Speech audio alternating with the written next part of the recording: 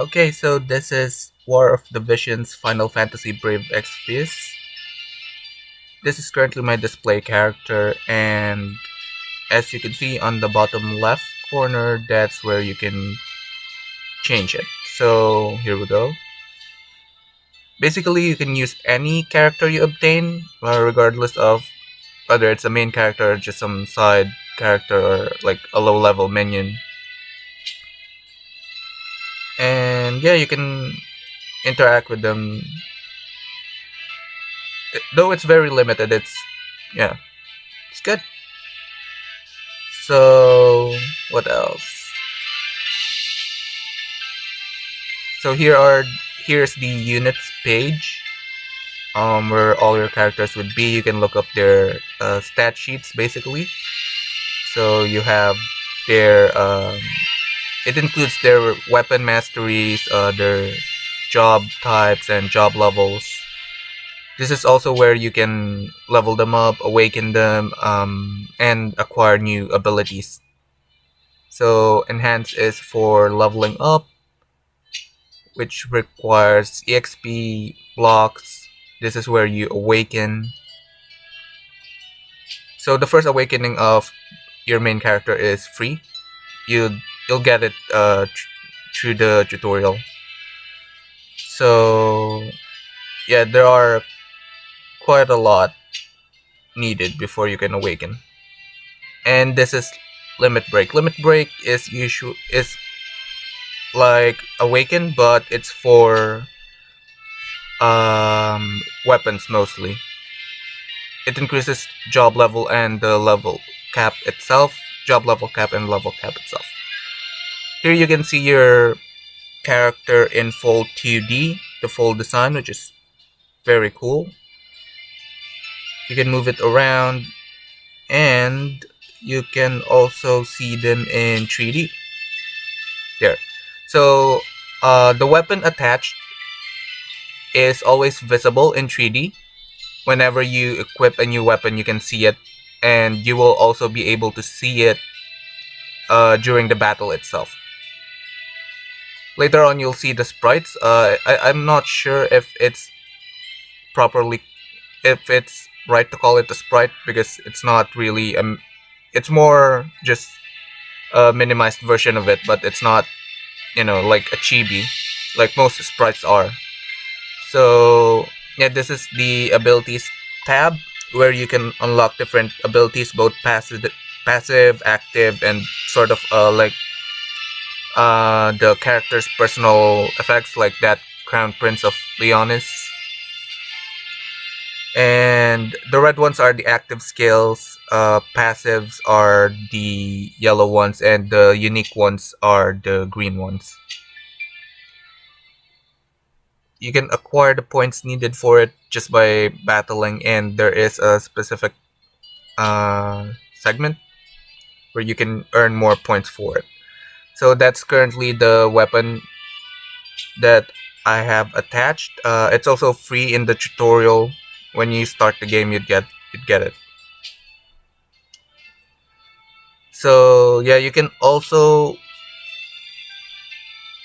level up the weapons, and some weapons I believe do have special effects.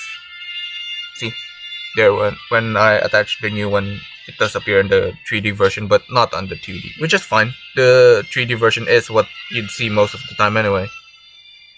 So yeah, it's really cool that you can spin it around and make them move a little. Let's see what else. Okay, so as you can see, I've already finished the tutorial and some missions.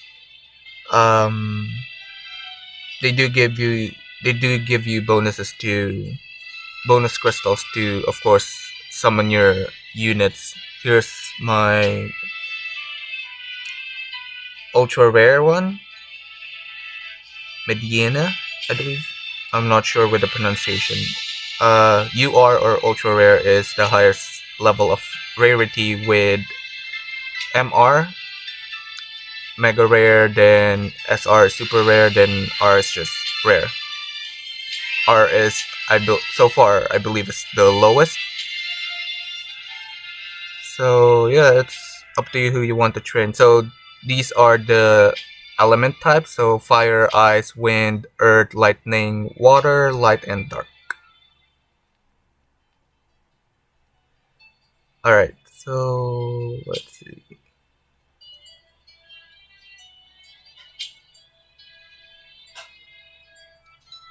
Let's just switch that back because right now she's my favorite. I love the design. Female Dragon Knight. So it's not really slow, it's just that my phone is almost full. So yeah. Here is the, of course, gotcha summons. The first two above is for paid crystals only, so that kinda sucks. The last two below are free. It's just that I've used that up already. It's free. Has it's free 3 times a day basically. So you can use rare summon, featured summon, just not the first two above because that's paid. And this is where you can use your summoning tickets, which you would get throughout the tutorial and I believe in some other submissions as well. The non-story parts has it. So this is what the summon looks like.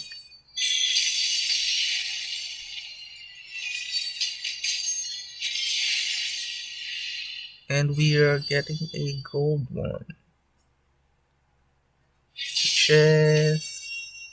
oh wow. Okay, so I've unlocked that character now.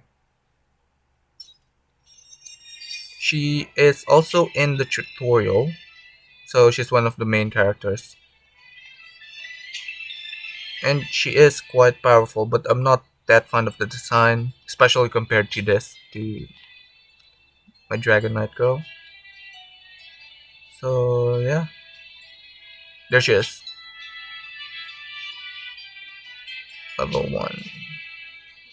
And yeah, basically just enhance, limit break, and awaken as much as you can. Just focus on the characters that you love or you feel that you need later on. Variety is needed, especially in tactics game like this.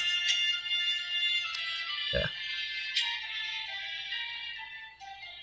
So the SRs are quite useful as well, just like the MRs.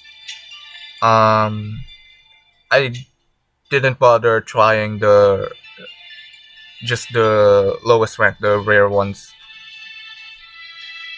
It never works out well in tactics game to level them up or anything. So there is a challenge as well. There are 3 challenges. This is just the first one, and the other 2 would appear as long as you complete the one before. So as you can see, there are a lot of rewards. If you get to complete any line, you would get these extra line rewards on the side. What else? What else? Okay, so this is the shop for all the items.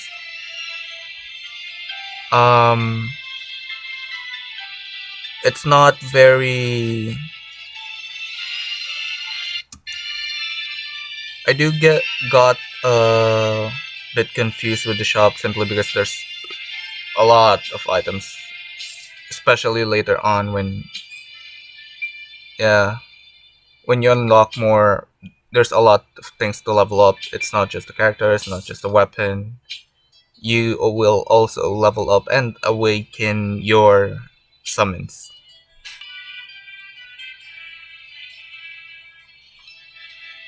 And here you can see I've already bought quite a lot of things, just the things I think I would need later on. So there's that, and yeah, you can buy shards too if you want to quickly unlock a character. The ones that says times 40, you can just buy it off with 4,000 4,000 crystals. You can also buy shards sometimes with the gold. So yeah, keep a lookout. Keep a lookout every time the shop refreshes. This part Mog Shop is more on it uses the tokens you get from sub sub sub quests. So multiplayer, playing with your guild, sending gifts back and forth. That's how you gain the tokens for that. So what else? Hmm. Okay, so the event quest right now is for it's called Shadowbringers.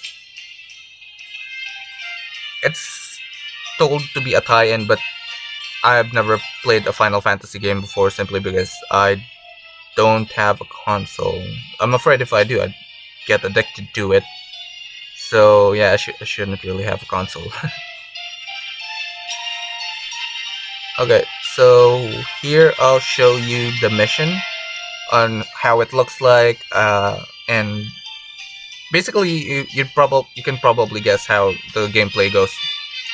Right now I haven't unlocked the ability to summon yet. It's later on in the game, and I only know this because the icon on the right page is still locked, so there's that. So let's pick some characters. Which one? Let's try that one. I haven't tried that dude yet. I just leveled him up for the sake of leveling him up. I mean, he's my only water character. I think so far he's my only water character.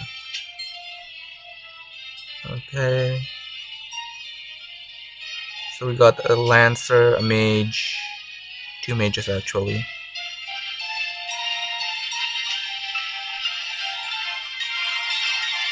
Oh, and two lance users as well, and my bow and arrow guy, which kinda looks very Greek.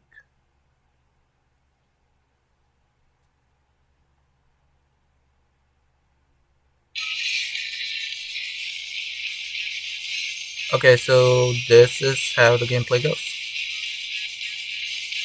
Basically, if you've played any like tactics game, it's pretty standard.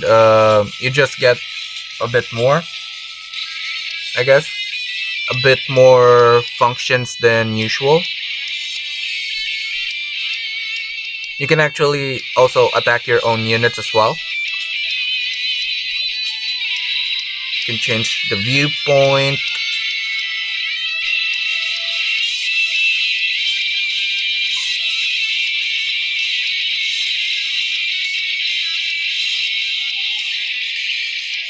Okay, hang on. Okay, so it's only glitching because it's quite heavy on my phone, and because I'm running two programs, the one recording my phone and the game itself, and the game itself is quite heavy. It's more than 6 gigabytes in total when you complete the download. So yeah, and though my phone is very good for gaming, there's like less than 1 gigabyte left, so it did slow down, and yeah, we like you can see, it does experience some glitches when I start to run two apps at once. I mean, recording apps are quite heavy as well.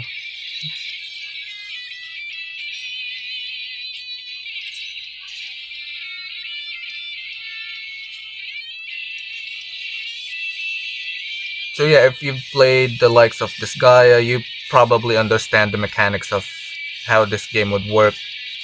But even if you haven't, there's 15, 15 beginner 15 beginner tasks that where you will be taught basically everything. So yeah, I suggest you finish that first. It's very helpful, and it will give you a lot of crystals. You get to learn a lot about the game, because some of it does get confusing, especially because you don't have everything unlocked at the very start.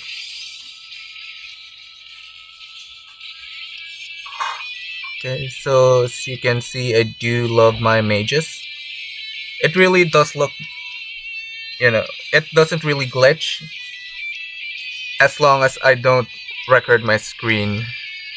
Yeah, and maybe I should really, free up more space on my phone.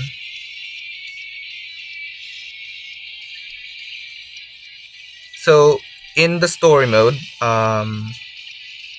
the character interactions when they speak to one another, they really voice acted that both in Japanese and in English. With mine, I chose the Japanese ones. It's subtitled in English. So yeah, it's really cool. The voice acting is phenomenal. It's it's a really good game so far, especially when you've seen the cutscene animations for the summons. It's on a PlayStation level. It's beautiful. It's just beautiful. I wish it was a bit longer though. But so far the ones I've seen aren't that long. But it's very. You'd really appreciate it when you see it. They really placed a lot of effort into this game, especially with the mechanics of how it works, with the types, with chaining your attacks.